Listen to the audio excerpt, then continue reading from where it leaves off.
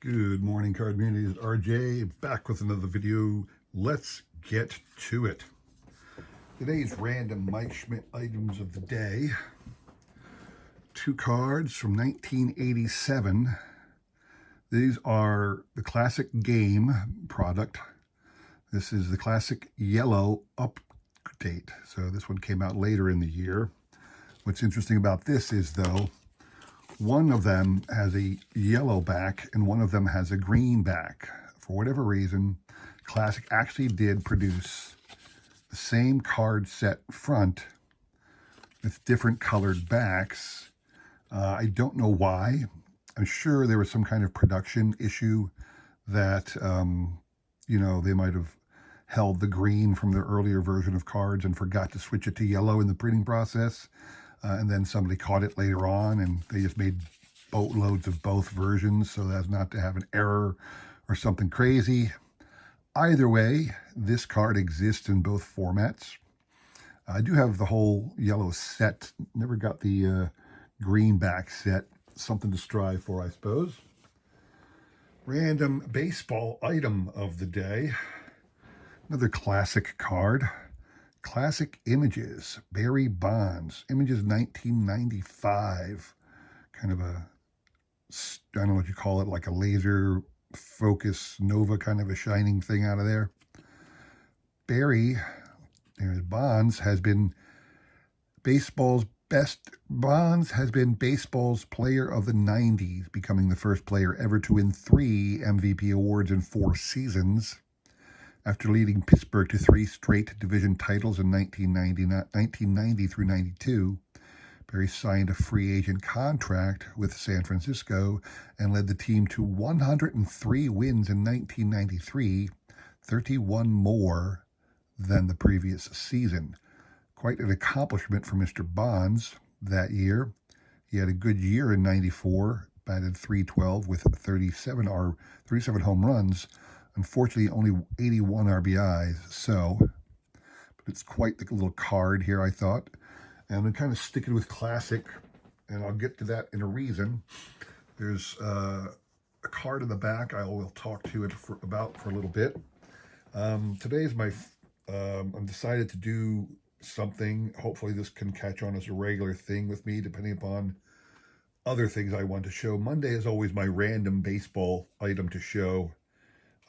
As my main video thing. Been trying to figure out something to do, but I kind of need Monday to be my day that's free to do whatever, because I do want to keep going with small sets on Wednesday and full sets on Friday. But anyway, today, cardboard history. Let's talk cardboard history.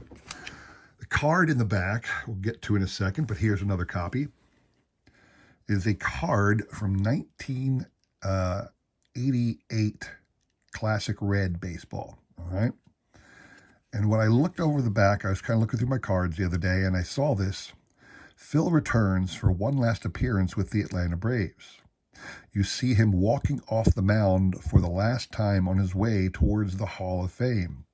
And I thought to myself, wait a second, did Phil Niekro actually go back to the Braves for 1 year and play with them?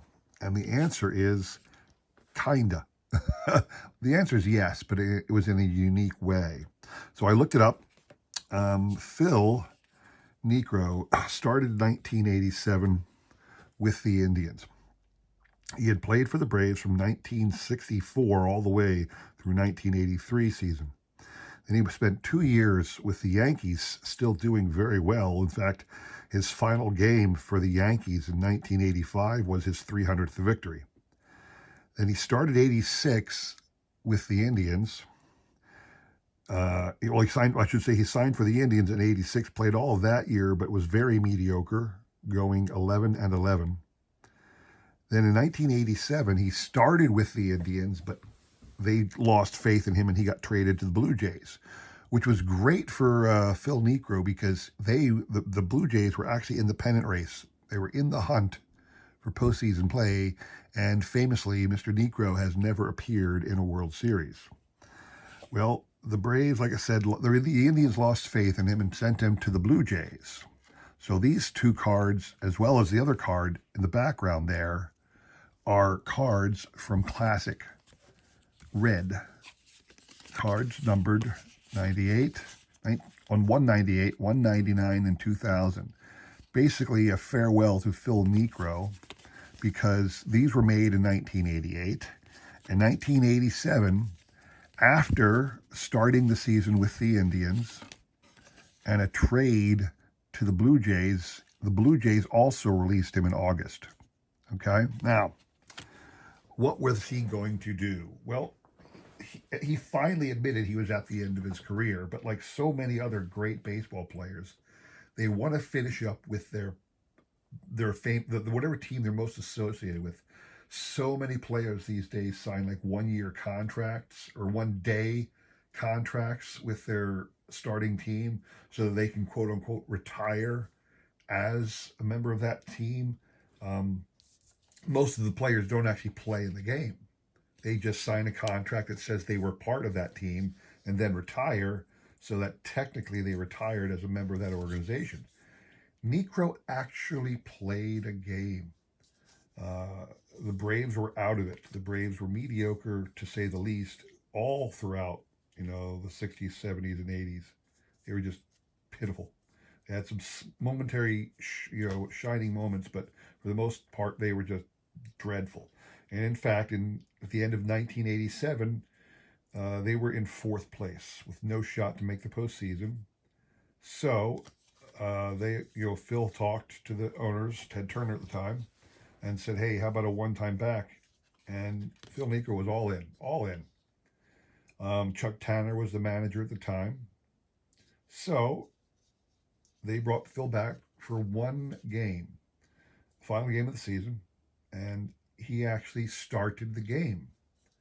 So he got in there and he pitched well for the first 2 innings. They rolled him out. He pitched well for the first 3 innings. I think the Braves were up after 3 innings, 5-0, and he rolled out in the 5th inning, or the 4th inning. Excuse me. He started the 4th inning. He never made an out. He gave up several hits and a couple walks, and he was gone, never to pitch again. There are no cards issued from the major manufacturers in 1988 featuring Phil Niekro, except for this classic version.